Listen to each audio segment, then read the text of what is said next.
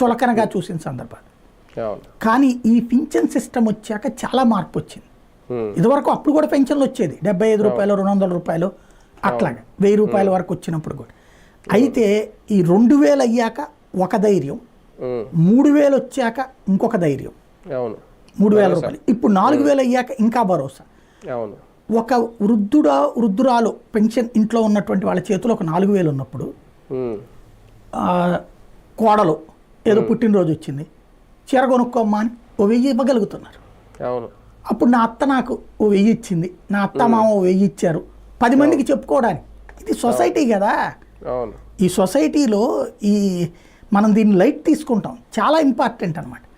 అట్లాగే మనవాడికి ఓ 10 రూపాయలు పెట్టి కుర్కురే కొనుక్కోపోరా, ఓ 20 రూపాయలు పెట్టి ఏదైనా కొనుక్కోపోరా, లేదా ఒక గిఫ్ట్ కొనిస్తాడు. ఇక్కడ తిండి ఇంట్లో గడిచిపోతుంది.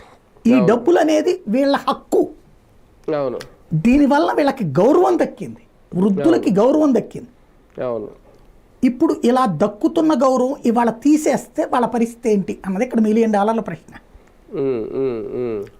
కానీ ఇక్కడ ఇందులో పారామీటర్స్ ఇవన్నీ చూడకూడదు, అర్హులకు సంబంధించిన పారామీటర్స్ ఎవరికి ఎంత ఉంది ఏంటి అనేది. నా దృష్టిలో ఒకటి సంపాదన చూడండి, నెలవారీ ఆదాయ వనరు చూడండి, ఆస్తిగా చూడండి. కోటీశ్వర్లకు వద్దు, ఒక 40 లక్షలు 50 లక్షలు వాల్యూ చేసే ఫ్లాట్ ఉన్నంత మాత్రాన వాళ్ళ ఇన్కమ్ సోర్స్ చూడండి.